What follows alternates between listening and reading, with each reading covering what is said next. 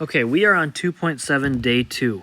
We're still doing literal equations. We're still solving for a variable, but again, these problems, all we have in some of these problems is variables. So we're just solving for the one that it wants us to solve for. You got to think about these as if they were numbers, as if there were numbers in there, because we're doing the same thing. If we're solving for m, and m is being multiplied by g, to get rid of g, we have to do the opposite. So on this one, we're going to have to divide both sides by g. And that's basically all we can do. These g's are going to cancel out. We'll be left with m equals w over g. And that's it. That's the final answer. Okay, for number 2, we're solving for x. To get the 2 away from x, it's being multiplied, so let's divide. These 2's cancel out. X equals y over 2. And we're done. Number 3. We're solving for x. We're getting x by itself. So, on this one, this one's a little bit tricky. We haven't seen one quite like this before. It might make you think, okay, well, I got to distribute the k in. But actually, that's not true. Right now, basically, k is being multiplied by those parentheses. So the best way to get rid of it would just to be divide this whole side by k. And divide this side by k, because we got to keep it even.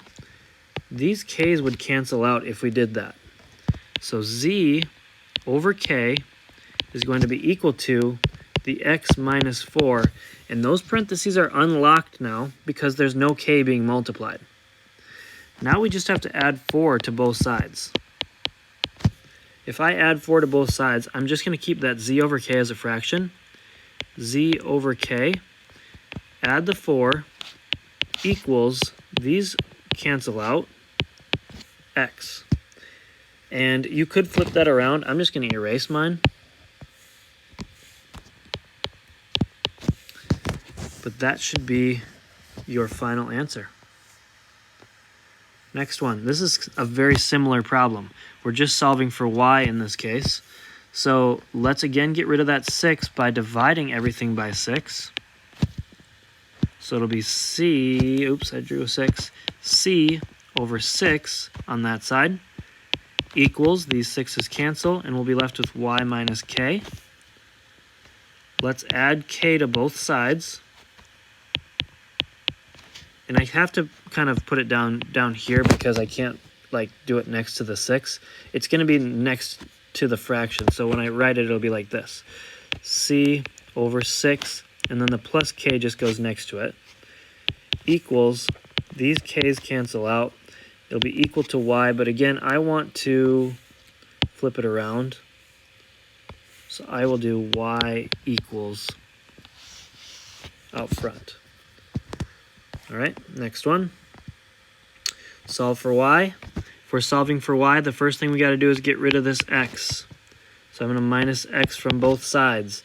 I can't take 9 minus x, obviously, but those will cancel out. I'll be left with 3y equals the 9 and the minus x. Then I have to get this 3 out of there.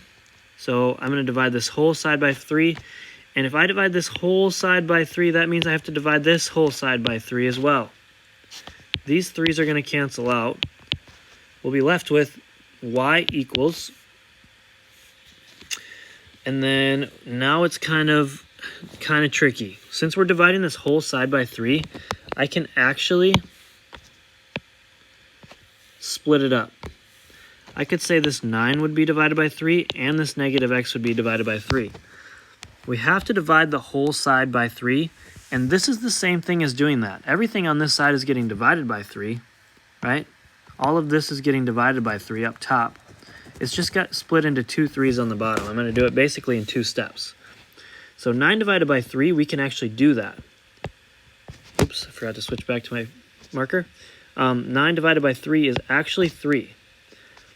The negative x divided by 3 we can't do. So I'm just going to make it minus x over 3. And that's how I'll leave my answer. Over here, solving for y. First thing I'm going to do is get rid of this x by subtracting it on both sides. Okay, these cancel out. I'll be left with a negative 4y over there equals 12 minus x. All I did was move the x over. Now I'm solving for y, so let's get that negative 4 away from y. So divide by negative 4 on both sides. I've taken this entire side divided by 4, so I'm going to do this whole side divided by 4, but I'm going to do it in steps.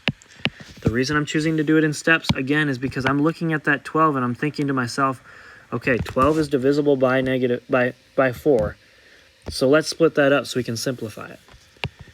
These 4's cancel, negative 4's I should say, so y equals 12 divided by negative 4 is negative 3, and then negative x divided by negative 4 is positive x over 4. Those negatives basically just canceled out, but that was all we could do.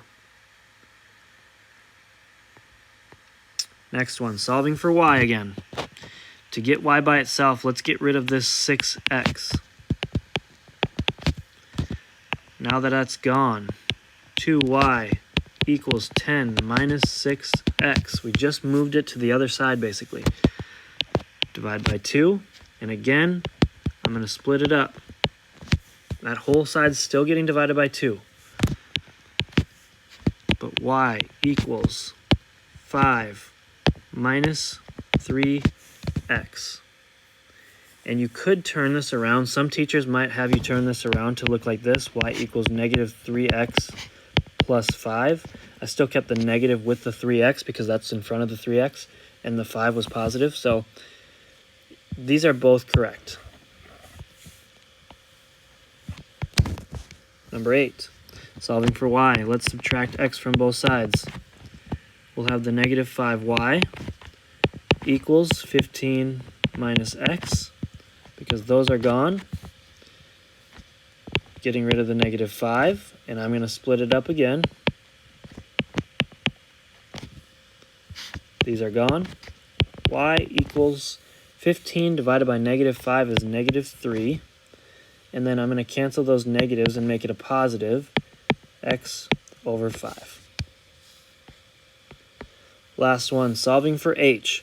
This is just a little tip that we can give you for solving for h. On this one, I can actually divide two things at once. So this is an L and a W. It kind of looks like a 1. That's supposed to be an L. Okay, so I'm dividing the L and the W at the same time. L and W.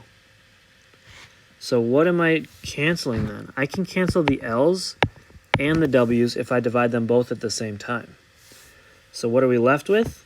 The V over the L and the W. And maybe I'll switch up the way I write it. I'll write the L in cursive. That's maybe how you'll see it more often anyway in math, because it looks like a 1. And then the W there. Okay, and then that's going to be equal to H, because that's the only thing left on that side. And then again, we might want to flip it around, so maybe I'll do that.